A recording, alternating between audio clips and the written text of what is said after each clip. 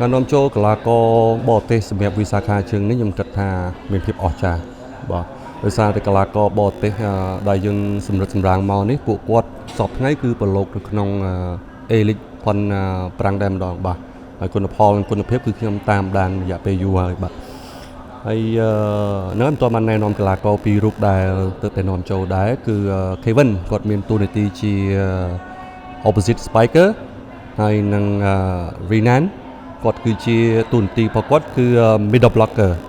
ហើយពួកគាត់ទាំងពីរពីមុនក៏ធ្លាប់លេងជាមួយគ្នាក្នុងក្លឹបតែមួយដែរបាទពាក់ព័ន្ធជាមួយនឹងចំណុចហ្នឹងបើសិនជាយើងគិតថាកន្លងមកការនាំចូលមកលេងធម្មតាដូចជាការទៅលេង win streak អីអត់មានភាពស្មុគស្មាញទេប៉ុន្តែដល់ឡែកដែលចូលលីកយើងគឺជាលីកដែលត្រូវបាន register ជាមួយនឹងបាល់ទះពិភពលោកអញ្ចឹងនៅក្នុងករណីហ្នឹងយើងត្រូវតែគោរពទៅតាមលក្ខខណ្ឌនឹងការ transfer ផុនបាល់ទះពិភពលោកហើយក៏ដូចជាការកប្រជុំនៅក្នុងសហព័ន្ធបាល់ទះកម្ពុជាយើងលោកបណ្ឌិតបានបញ្ជាក់ដែរថាពាក់ព័ន្ធជាមួយនឹងការនាំចូលកីឡាករពីបរទេសតម្រូវឲ្យមានលក្ខខណ្ឌនិងឯកសារមួយចំនួនធំសម្រាប់ក្លឹបវិសាខាការនាំចូលពីបរទេសចំណុចទី1គឺឯកសារនឹងតែម្ដងបាទគឺឯកសារ ITC បើសិនជាខ្ញុំអ្នកតំណងទៅគាត់យល់សួរថាតើយើងអាចធ្វើ ITC បានដែរទេបើតែគាត់ថា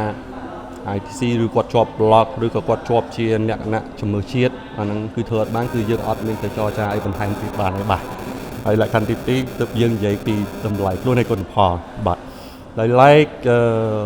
ងាកត្រឡប់ទៅនិយាយពាក់ព័ន្ធជាមួយនឹងឯកសារ ITC វិញវាត្រូវពាក់ព័ន្ធរវាងសហព័ន្ធបាល់ទះកម្ពុជាយើង approve សហព័ន្ធបាល់ទះសម័យ approve ហើយនឹង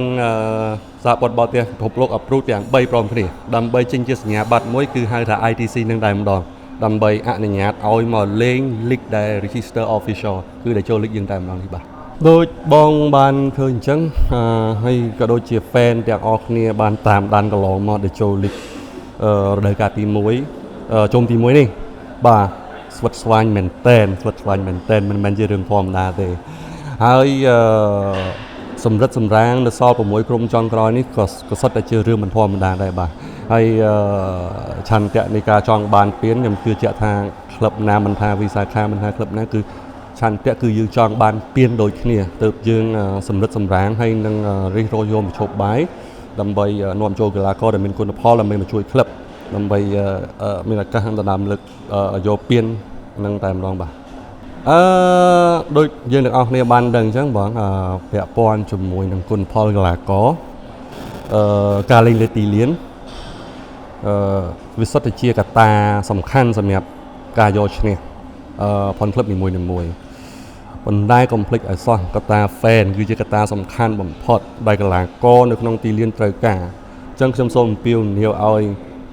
fan វិសាខាទាំងអស់លើកនេះគឺពួកយើងនឹងធ្វើឲ្យបានពួកយើងនឹងខិតខំឲ្យពីលទ្ធភាពពីព្រោះ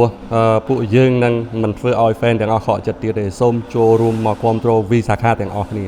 បាទ